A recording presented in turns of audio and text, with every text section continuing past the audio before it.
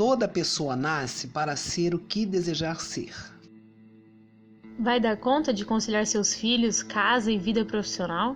Mulher só entra na faculdade para arrumar marido. Mulher não serve para fazer engenharia. Agora vamos explicar de novo, porque tem muitas mulheres na sala. Achei que as mulheres não fossem conseguir realizar essa atividade. Sempre tem que colocar um homem no grupo, sabe como é, né? Mulher junta só dá confusão. Se comporte como uma mocinha. Legal que você conseguiu se estabelecer nessa profissão mesmo sendo mulher. Seu marido não liga de você trabalhar fora? Você é bonita demais, nem precisa estudar. Deve estar saindo com o chefe. 3 coisas acontecem quando há mulheres no laboratório. Você se apaixona por elas se apaixonam por você e elas choram quando são criticadas.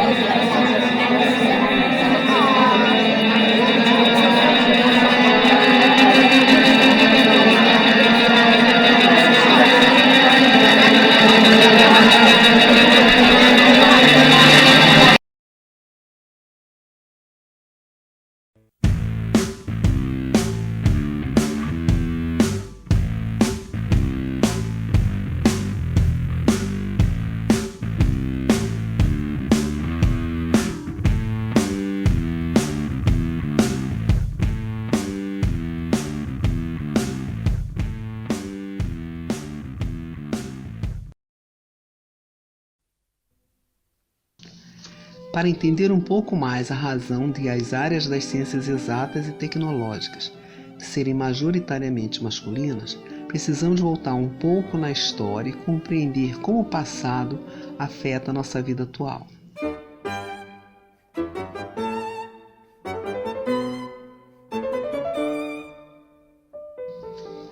Na antiga Grécia, mais ou menos até o ano de 146 a.C., as mulheres atenienses não eram consideradas cidadãs e por isso não podiam ter suas próprias casas, administrar seus próprios negócios, participar da vida política ou de qualquer debate público.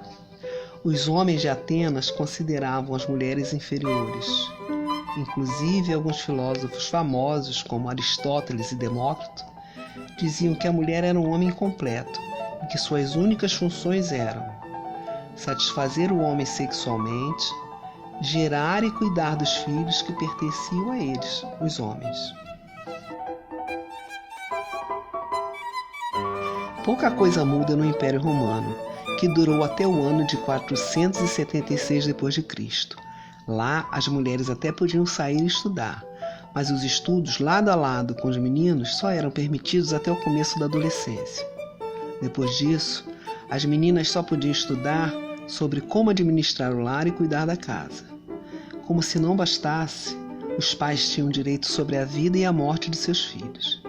Em muitas famílias romanas, quando mais uma menina nascia, a mais nova era assassinada, justamente porque as mulheres não eram úteis naquela sociedade. Nem em todo lugar do mundo as coisas eram iguais. No Antigo Egito, no ano de 2700 a.C., temos a primeira mulher descrita como médica, Meriptah. Lá, até o ano de 30 a.C., as mulheres não eram responsáveis apenas pela casa e pelos filhos. Elas podiam trabalhar na colheita e no que a gente entende hoje como costura. Bom, mas e o nosso país? O Brasil recebeu grande influência europeia. e nossa cultura foi sendo construída sobre princípios europeus. Para entender isso melhor, vamos falar um pouco de Idade Média. O período dura aproximadamente até 1500, quando os portugueses e espanhóis dão início às grandes navegações para as Américas. Durante esse tempo, a Europa se torna católica e recebe influências da filosofia judaica. Inclusive, um filósofo judeu chamado Filo dizia que toda mulher era como Eva, um ser pecador, incapaz de resistir à tentação e por isso deveria estar sempre sob os cuidados de algum homem. A Europa acreditava nas ideias de Filo, e filósofos da Igreja Católica, como São Tomás de Aquino e Santo Agostinho, diziam que a mulher era apenas um receptáculo e que a fêmea nada mais era do que um macho deficiente. Sendo assim, pouco poder ou liberdade eram permitidos às mulheres. Elas eram proibidas de estudar e, quando não serviam para o casamento ou consideradas rebeldes, eram colocadas em mosteiros e proibidas de saírem de lá. Não acaba por aí. Muitas mulheres europeias utilizavam conhecimentos naturais para os cuidados com a saúde e a estética, e por isso eram consideradas bruxas e até queimadas vivas. Esses princípios foram trazidos para o Brasil. Aqui as mulheres portuguesas não eram consideradas cidadãs. As indígenas e africanas eram proibidas de utilizarem seus conhecimentos culturais e muitas vezes escravizadas pelos portugueses para trabalho e sexo. Nesse momento você pode estar se perguntando, então a Revolução Científica, que aconteceu a partir de 1500, não mudou nem um pouco essa realidade? Não. Os cientistas diziam que as mulheres não eram racionais e, por isso, não deveriam comandar qualquer negócio ou instituição. Deveriam ser governadas pela racionalidade masculina. Foi só a partir de 1700 que algumas mulheres europeias tiveram permissão para fazer ensino superior. E apenas em 1732, na Itália, Laura Bassi foi a primeira mulher a ensinar oficialmente em uma universidade europeia. As coisas mudam muito devagar e tudo só acontece com muita luta. Em 1792, Mary Wollstonecraft, que é considerada a primeira feminista da história, escreveu Reivindicação dos Direitos da Mulher. No ano seguinte, Olympe de Gouges, uma mulher francesa, teve a cabeça cortada por defender os direitos das mulheres. Aqui no Brasil, em 1832, Dionísia Gonçalves Pinto publicou O Direito das Mulheres e Injustiça dos Homens, e 3 anos depois fundou o Colégio Augusto na cidade do Rio de Janeiro, destinado à educação de meninas, mas apenas as de famílias nobres.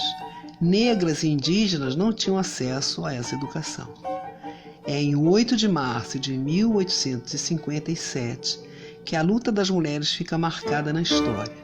Nesse dia, 129 trabalhadoras morrem queimadas em uma fábrica em Nova York, por exigirem melhores condições de trabalho e direito à licença maternidade. As mulheres só começam a participar da política através do voto em 1893 na Nova Zelândia e em 1918 no Reino Unido, após uma intensa movimentação política onde as mulheres ficaram conhecidas como sufragistas. No Brasil, só em 1932 foi permitido o voto feminino em todo o território nacional. Em 1949, Simone de Beauvoir, escritora francesa, publica O Segundo Sexo, livro que se torna um marco na história do feminismo teórico. Em 1960, a norte-americana Audre Lorde publica suas obras poéticas e se torna símbolo na luta por direitos de mulheres negras e lésbicas. Voltando ao Brasil, as mulheres só puderam se divorciar a partir de 1962. Foi só em 1988 que a Constituição Federal reconheceu que homens e mulheres tinham direitos iguais. Ou seja, até 30 anos atrás as mulheres não tinham direitos iguais aos dos homens. Logo, É quase impossível termos destaque igual ao deles em qualquer coisa que fazemos. Embora seja comum mulheres sendo assediadas moral e sexualmente em todos os lugares, resistiremos contra o sistema que as direciona diariamente para lugares que ele, sistema, acredita serem suficientes para elas. E resistiremos, sobretudo, contra a falta de incentivo para mulheres conquistarem outros espaços, que não são sonhados, desejados e até conquistados, graças a estigmas sociais que são impostos sobre nossos corpos e intelecto.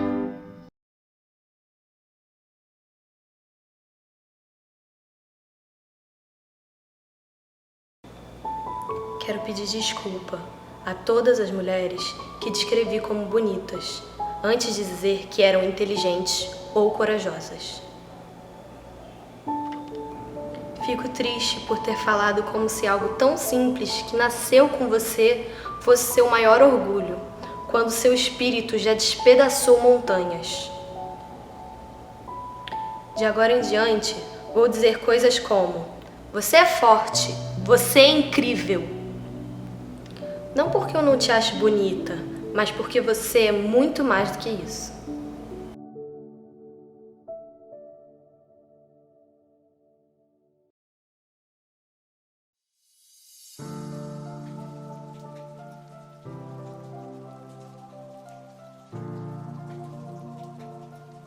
O projeto Meninas na Química surgiu em 2014 a partir de uma proposta da Secretaria Nacional de Políticas para Mulheres para incentivar a inserção de meninas e mulheres nas áreas das ciências exatas.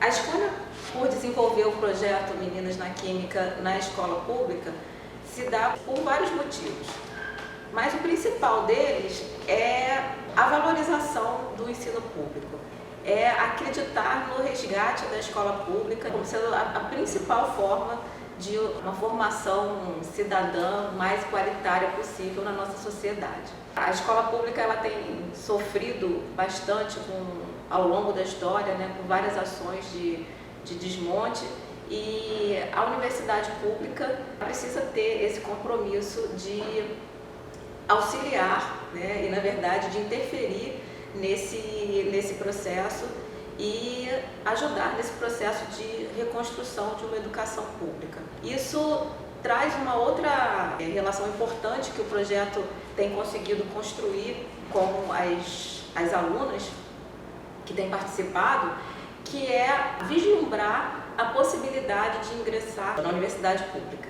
A universidade pública é um universo desconhecido para muitas das alunas que participam do Meninas da Química, principalmente das escolas mais distantes.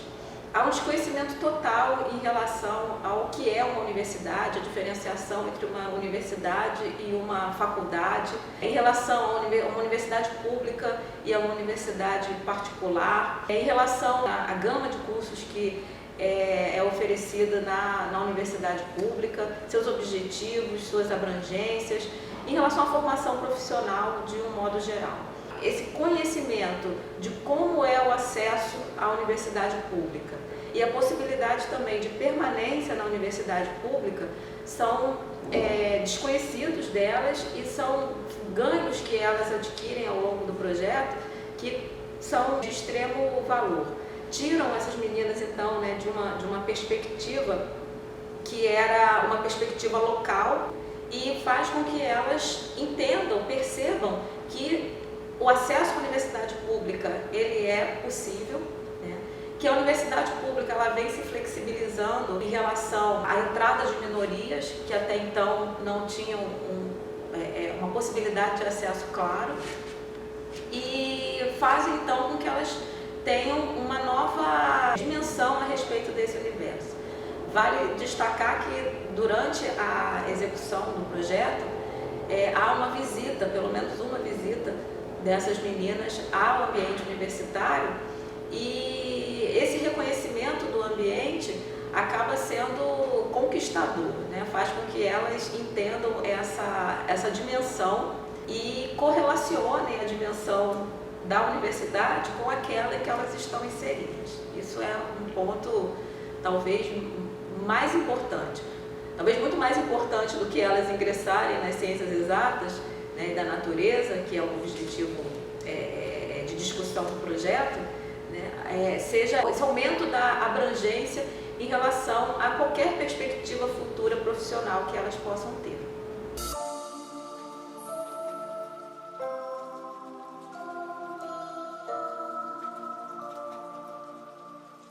O projeto ele iniciou em 2014, né, com uma única escola localizada em Paciência, aqui no Rio de Janeiro. É um bairro localizado na periferia, né, do Rio de Janeiro, na Zona Oeste, e uma localidade bastante pobre. Esse projeto então se iniciou com um número bastante pequeno de meninas participantes, né, e somente uma escola.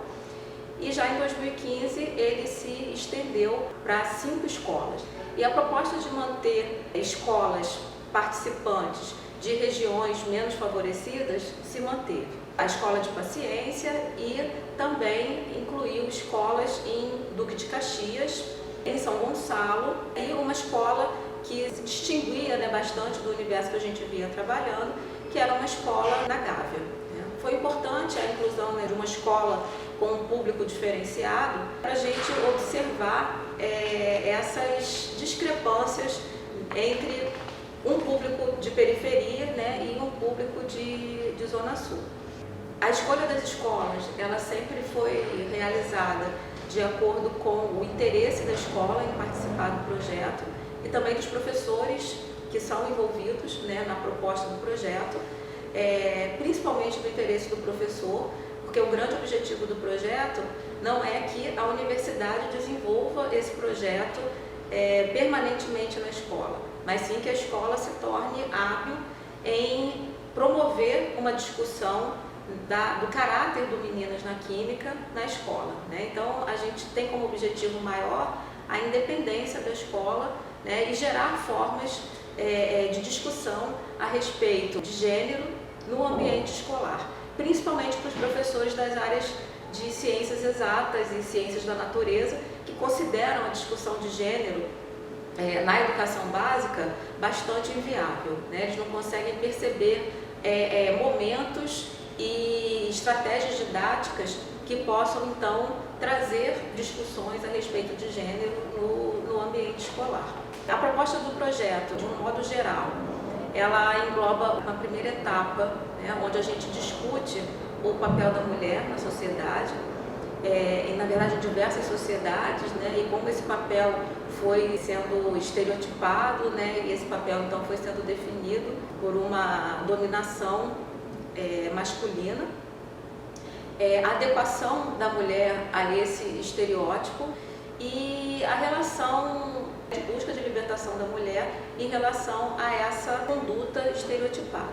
Com isso, então, a gente discute os movimentos feministas e a importância dos movimentos feministas nessa mudança e nessa conquista das mulheres ao longo da nossa história. E essa relação, né, do feminismo, ela também é bastante relacionada com a situação de padronização da mulher quanto à beleza. A gente acredita que tocando na construção da identidade dessas meninas, a gente consiga trazer uma forma de empoderamento mesmo, da sua relação, né, consigo mesma, e com isso então elas consigam vislumbrar a possibilidade de sair daquele contexto, né, inicial, né, aquele contexto de vida que muitas delas então estão inseridos e que muitas vezes, como a gente observa, muito pouco abrangente. Então, essa independência da mulher, ela acaba também sendo muito relacionada dentro do projeto com a necessidade da mulher se identificar com um padrão de beleza que muitas vezes não tem a ver consigo mesmo, né, mas que é imposto e que é cobrado dela o tempo todo. Essa estratégia de abordagem se relaciona com o que a gente pretende fazer, que é tratar algumas das ciências exatas e da natureza e os conhecimentos agregados, né, pelas disciplinas escolares que essas meninas têm a essa discussão. Essa trajetória leva a gente a um tema geral que são os cosméticos. Então, os cosméticos são utilizados como uma forma de abordagem, né, da química, da física, da matemática, da biologia, de forma que elas percebam que esses conhecimentos eles não são conhecimentos absurdos, né, ou conhecimentos que elas não possam desenvolver intelectualmente, né, e conhecimentos que elas são tão capazes, né, de discutir quanto os meninos que normalmente são considerados, de acordo com o senso comum, né, bons nessas disciplinas e conteúdos de um modo geral.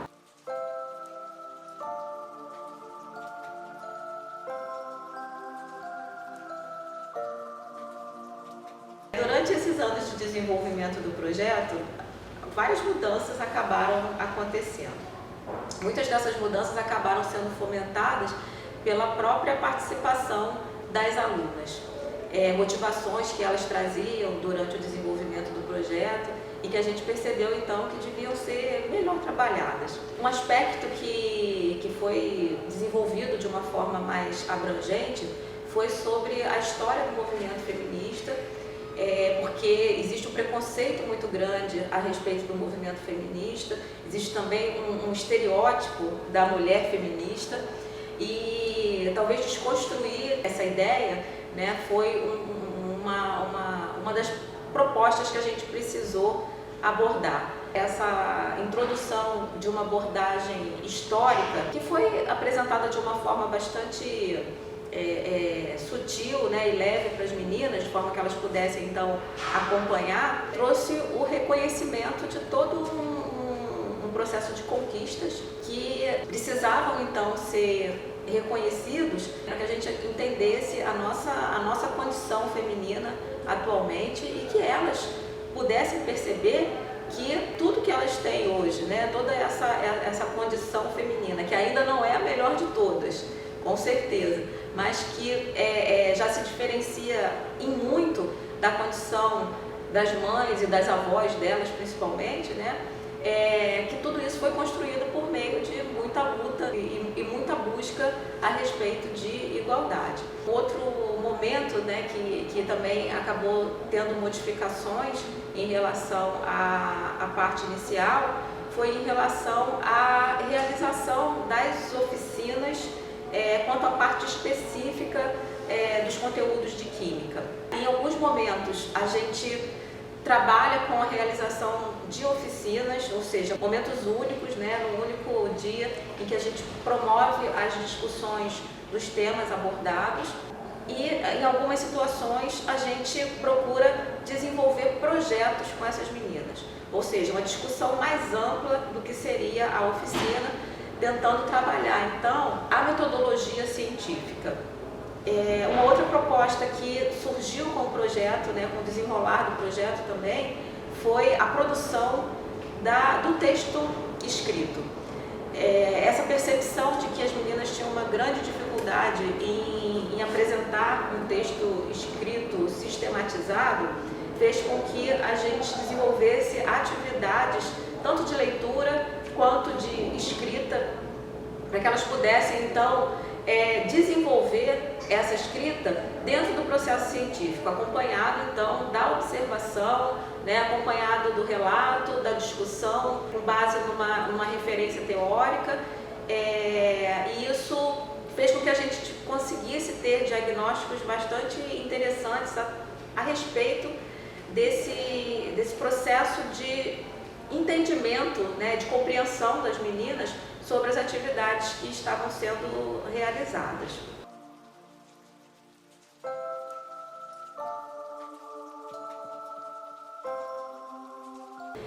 Essa dificuldade que os professores do ensino básico nas áreas das ciências exatas e da natureza apresentam em relação à abordagem de gêneros, provavelmente advém de uma falha na própria formação dos próprios cursos de licenciatura. As licenciaturas nas áreas de ciências exatas e da natureza, elas são muito fundamentadas na parte específica, né? Ou seja, na química, na física, na matemática, enquanto que a formação pedagógica ela acaba sempre ficando muito dispersa e não correlacionada com a formação específica.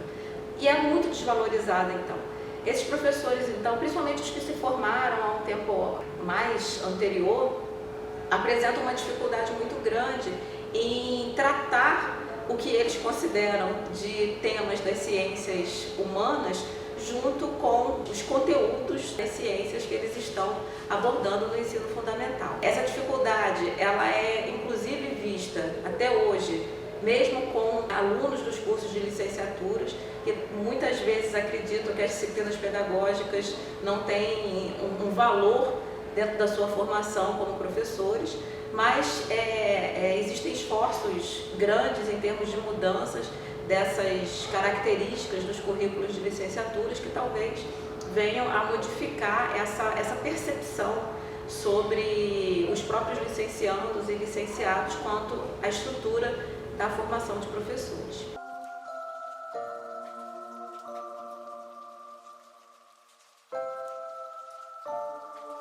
Talvez o momento mais marcante durante esse tempo que a gente vem desenvolvendo Meninas, né, tenha sido o momento em que recebemos uma das escolas participantes aqui no Laboratório Didático de Química para uma oficina sobre produtos naturais. Uma das meninas, que era uma das mais levadas, digamos assim, do grupo, se mostrou extremamente dedicada e extremamente curiosa em relação ao que seriam as interações intermoleculares.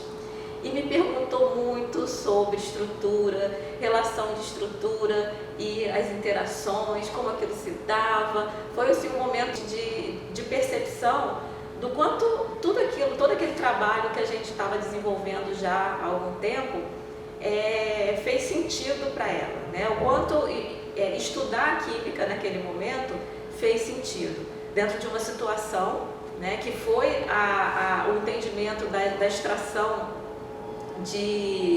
da camomila, né, e a aplicação da camomila em cosméticos variados. Ela ali conseguiu perceber o que era realmente o papel da química, né, e como a química então podia ser importante na avaliação, na produção, né, de produtos cosméticos como aqueles que a gente estava trabalhando.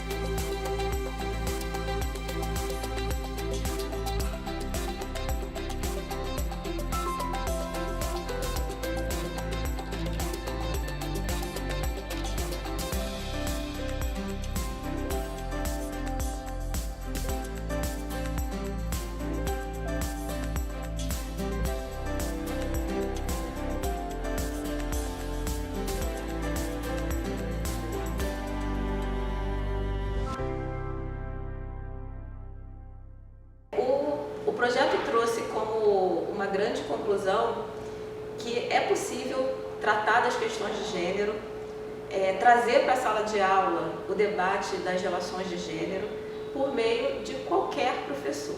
Qualquer professor pode fazer isso. Em qualquer momento da intervenção do professor, isso é possível.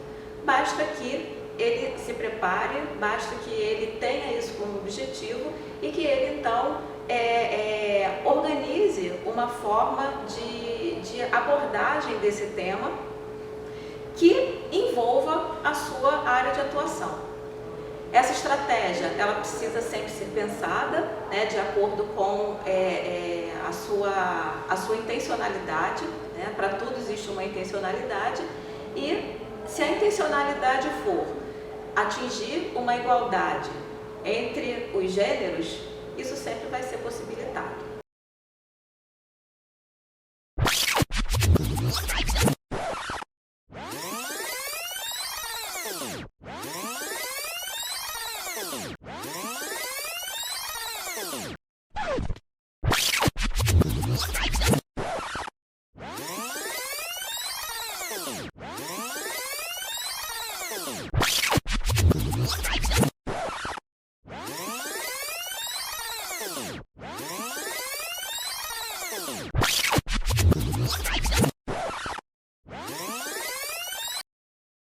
Menina pode ser o que quiser ser, inclusive cientista.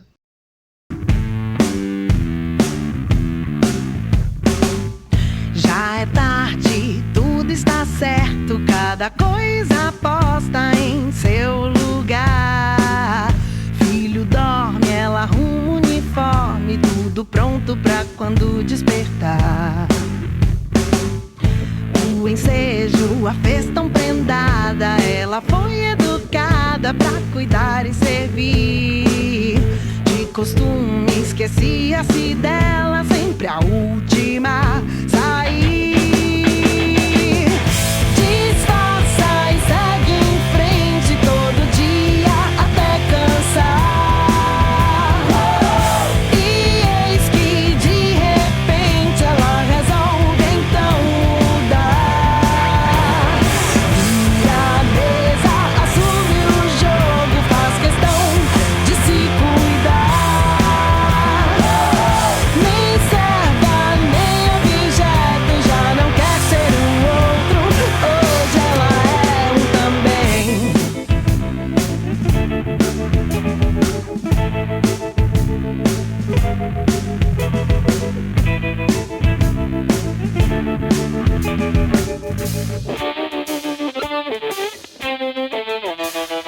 A despeito de tanto mestrado, ganha menos que o namorado e não entende o porquê.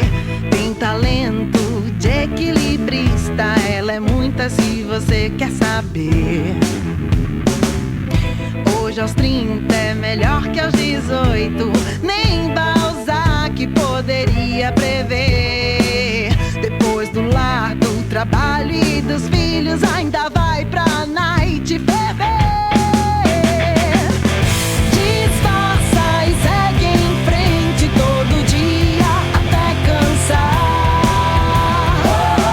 E eis que de repente ela resolve então mudar. Vira a mesa, assume o jogo, faz questão de se cuidar. Nem serva, nem objeto, já não quer ser um outro. Hoje ela é um também.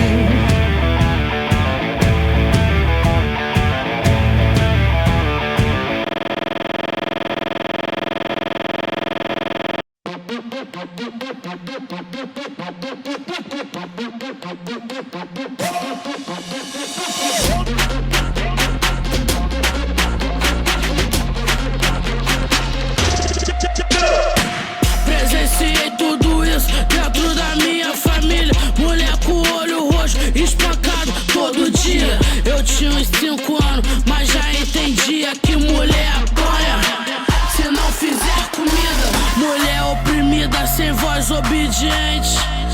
Quando eu crescer, eu vou ser diferente, eu cresci. Prazer, Carol, representa as mulheres, 100% feminista, eu cresci. Prazer, Carol, representa as mulheres, 100% feminista. Representa Qualtune, represento Carolina, represento Dandara e Chica da Silva. Sou mulher, sou negra, meu cabelo é duro, forte, autoritário, às vezes frágil eu assumo. Minha fragilidade não diminui minha força, eu que mando nessa, vou lavar a louça. Sou mulher independente, não aceito opressão. Abaixa sua voz, abaixa sua mão.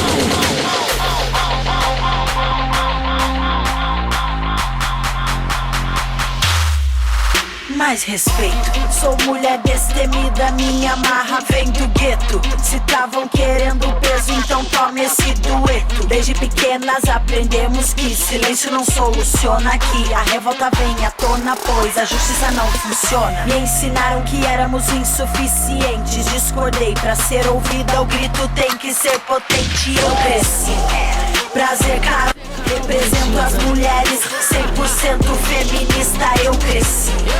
Prazer, Carol, represento as mulheres, 100% feminista. Represento Nina, Elza, Dona Celestina. Represento Zeferina, Frida, Dona Brasilina. Tentam nos confundir, distorcem tudo que eu sei. Século 21 e ainda querem nos limitar com novas leis. A falta de informação enfraquece a mente. Tô numa crescente porque eu faço diferente, eu cresci.